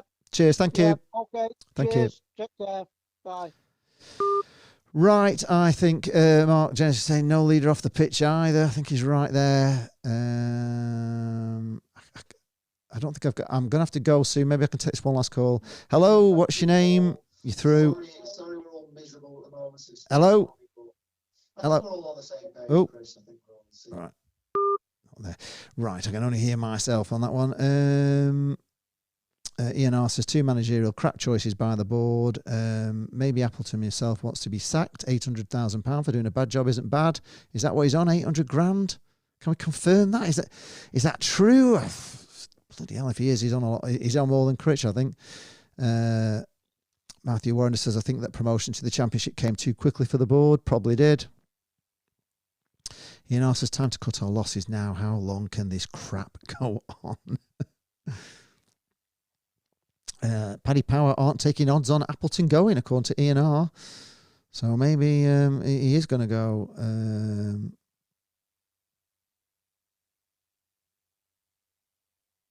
The True Red says, we'll be there. Dan needs some Premier League love being sprinkled over on his channel. Yes, I will. I will get over to him soon. Oh, Marv has done his hamstring. Well, that's him bloody out then, isn't it, for the rest of the season? If he's done his hamstring, we won't be seeing Marvin at Pateta anymore. So we definitely need a blooming centre half and quick. Michael A says, I need to keep the show going for another hour. I know I do, but I can't. You're going to have to all follow me onto Turf Moor House's channel. Damien says a great point about Bowler. Couldn't agree more with that, Lee. Yes, that he was playing best when he was with Jordan Gabriel backing him up. He certainly was. He was unbelievable. They worked together so well. If you could get that link in with Andy Lyons, we could do something. Michael A says there's just something not right at the club. Things need to change. Should we lose Saturday, this is when it could get toxic and the fans will turn on the board, which is a shame because I can't believe we are getting toxic. I realise why we were toxic against the Oystons, but I don't think Simon Sadler is the Oystons. I think he's trying for whatever reason. He's making mistakes, and I think that's because he's never owned a football club before. I think maybe he's brought the wrong person maybe in Ben Mansfield, who's not the really good enough to advise him properly. I think maybe he needed some more, somebody with a bit more experience. I don't know who, but maybe he needed a director of football who knew a bit more about, Championship football anyway. Says, how come Mr. Appleton's lasted so long? Any other club would have got rid. Let me just go to Facebook if I can. 200 grand a year, says Paul Bailey. Huddersfield must be rubbing their hands, says Gareth Gerrard. Chris Heaney's there on Facebook, says there will be clauses in the contract subject to results. Surely there must be. Love the typos on your subtitles, says Phil Thompson. Love the titles on your subtitles.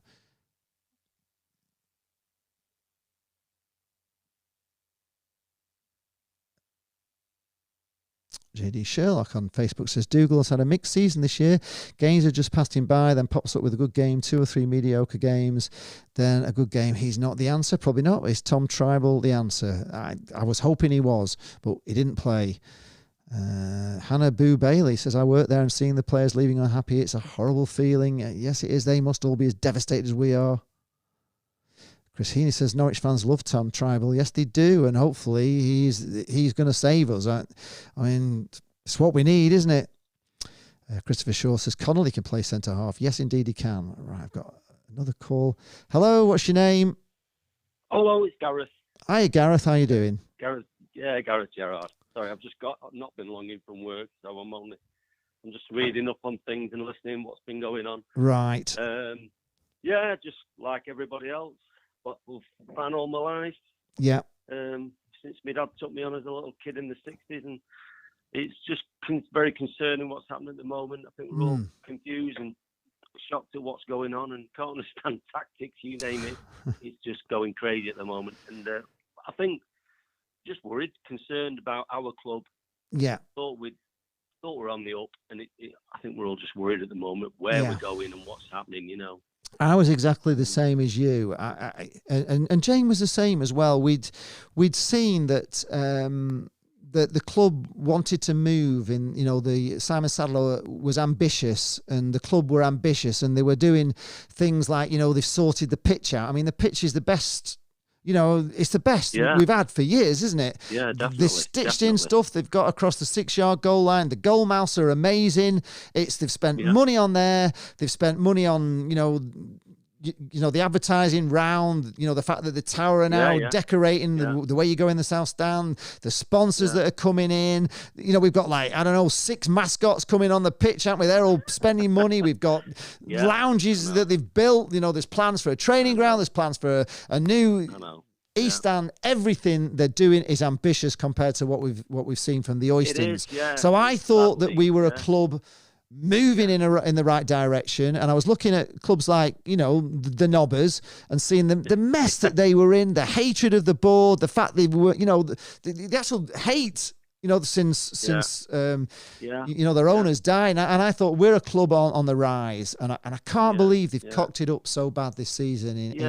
Well, the thing is, I mean, I think sometimes people think we're having a go at Mr. Sadler, and we're not. No, I feel sorry for him. He's our I love him. He's our saviour. I love him. We love him.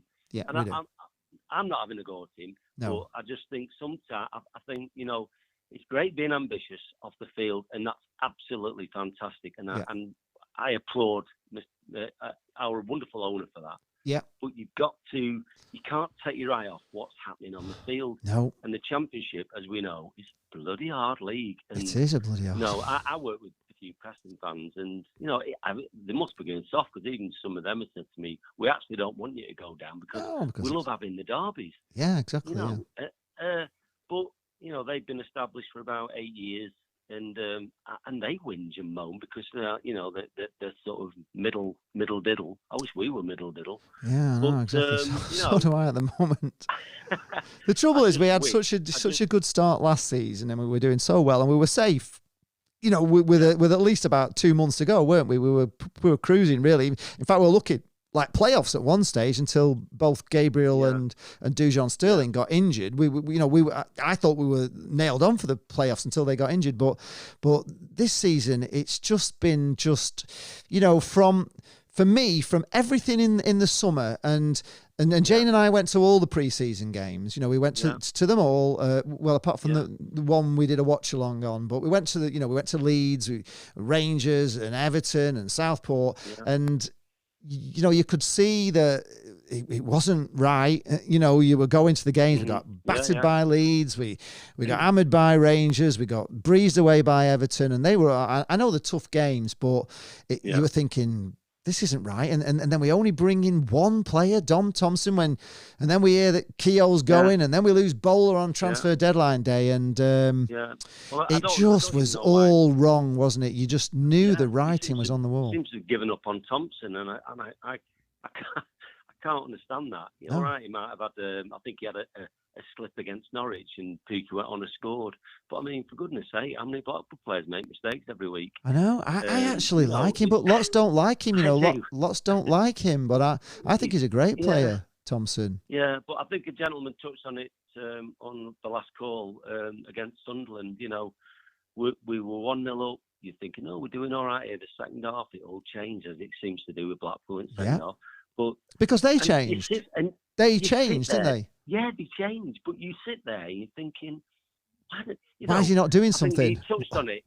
Suddenly Sunderland played with five in the midfield. Blackpool stuck with 3. You're thinking, Appleton, why don't you change your formation? Even do might be boring, but we need to win. Do a 4-5-1.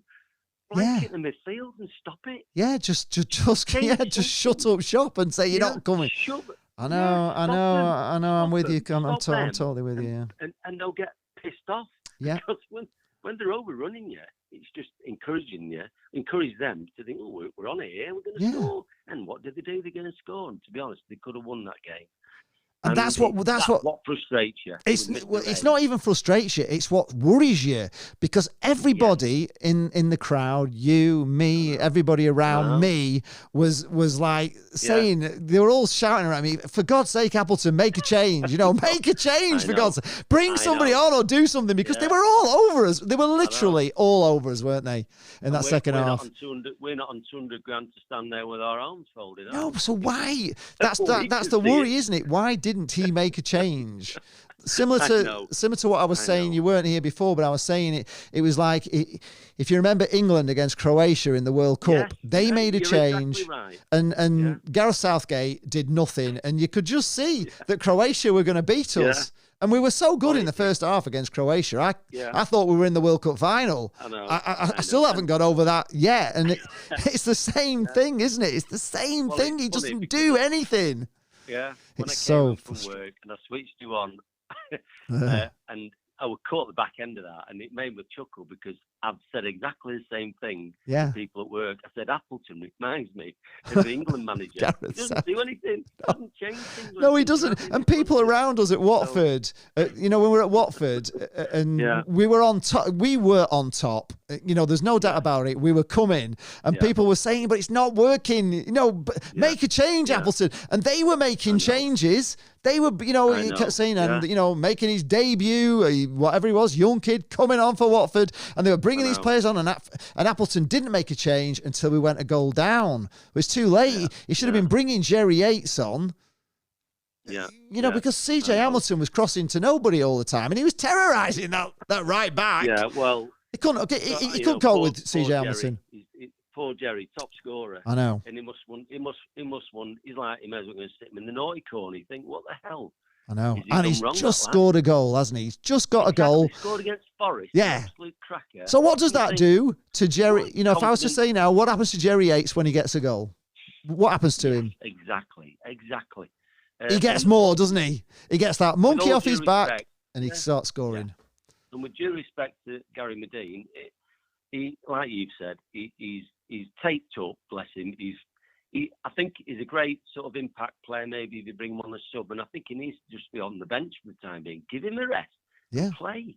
Yeah. Play these players who are full of energy. Yeah. Who can put the ball in the net. And with Jerry Yates, people are talking about wanting to sign him for $5 million or this and that and the other. And we're having him on the bench. I know. Rangers want him. Rangers are wanting him, and we can't. We don't even want to play him. It's ridiculous. A few people said early on as well that against Forest, although Beasley didn't obviously score and stuff, but the movement of the Blackpool players against Forest with Beasley in, even though he didn't score, we were just far more dynamic. Yeah. You know, there was a dynamic there, and you know. Well, the thing is with Beasley, he's young, he's mobile, and he's fit because he's a young lad. Yes, exactly. And Medine, with all the experience he has, you can't replace, as we all know as we get older, you can't beat youth. No, you can't. And also, because you know, I don't know whether you notice or not, but we notice it all the time. But with Medine, because of his injury to his groin, he has a very small stride. Yeah. He obviously can't stretch long, can he? And I'd love to see Medine in his heyday when he really could, you know, when he was like Beasley and he could go, because I'm sure he was a great player, Gary Medine. I'm sure he was. But now he hasn't got that. He can't make big strides. He has to make little strides because of his groin, and that's why he's not as fast. It's not a fact he's slow. He's taped up and he can't make those big strides and fast runs. Exactly.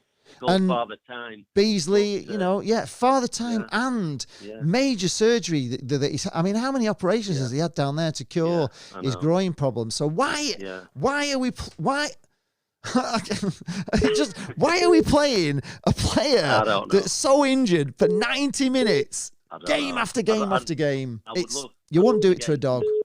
I'd love to get into Mr. Appleton's head, and so would I. I wasn't happy when he became our manager. You know, it's a bit like when people say, "Where were you when JFK got shot?" I remember exactly where I was when my friend phoned me, told me Appleton was our new manager. Oh, God, you're like, playing golf at Staining. All right. On the 13th, par 5 13th, and as soon as I got that call, it put me off my game totally. I was so mad that he'd become our manager, but you have to, you digest it and you think, you've got to give him a chance. And I keep trying to give him this chance, and he just keeps throwing it in your face. Well, I was saying at the start, you know, before the season started, that he'd come in, and I said that, you know, the team that Critchley has left us with was a better team than when he actually when he came in.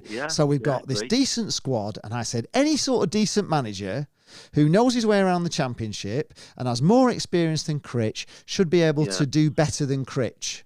Because Critch was inexperienced, he didn't know the Championship. He was only dealing with under 23s football. He was a major jump up for him, but he did know a lot of players. You know what I mean? He had a knowledge of lots of good players, and he brought some good players in. But so I, you know, trying to bull it all up, said that surely Appleton, with his experience, will be able to do a better job than Critch. And he seriously hasn't done, through whatever reason. He's not had a lot of luck. You know, give him that. He's had injuries, but you can't blame Saturday on injuries and luck, because he had the players to put into a formation to beat Watford, and he didn't. I didn't do it. I admire the fans who went. I mean, I was seriously tempted to go. Me son sort of backed out, and that's I knocked it on the head. But I was sat here listening to Radio Lang. I could hear the Blackpool fans singing in the background. I mean, I think it was about 1,500. And I mean, fair play to them fans. 1,500 to go down to London when we are second from bottom. Yeah, nothing but praise. Because of Josh Bowler, just purely because of Josh Bowler. You know, he changed everything. I know somebody's trying to get through. Just give me a moment, and I'll get to them. But thanks for your call. No worries. No worries. Okay. Well done. Great show. All right. Thank you. Thanks a lot. Bye. Bye. I'll just take this call. Hello. Who is it? Hello. Are you there? Hello. Hi. Hi. Hello. Hello. Can you hear me? Yes, I can hear you now. Hello. Yes, I can hear you. Yeah. Who is it? Yep. Good. What's your name? It's Ryan. Hiya, Ryan. Hi, Ali. Oh, Ryan. Okay. I'm going. I've got to get over because I'm late now. I was supposed to be on Turf. Right. I was supposed to be on Turf Moor House at 9 o'clock, so it's now 9:15. So I'm just calling Right. into the show, and I'm going to go over there. So if you want to follow me onto Turf Moor House, come and watch me over there. Okay. Will do. Thanks, Ryan. Thanks a lot. Thank you. Thank you. Bye. Cheers, bye. Okay, that's it, folks. That's the end of the show. I'm sorry I can't get to all the comments because I'm dealing with the phone calls, as you know. I've got some news about channel memberships. I'll let you know this week. This thing's going to be happening, but I'm going to call it an end there because I've got to get off.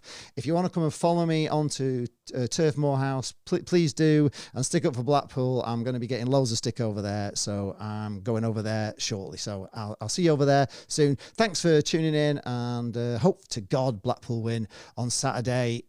I hope we can turn it round. I hope Bowler makes a difference and Tom Tribal starts playing and Andy Lyons plays it right back and Appleton does the right thing. But at the moment, I'm not too sure, as you're not either. So again, thanks a lot for tuning in. See you all later, guys, or I'll see you on Turf Moor House. Thank you. Bye.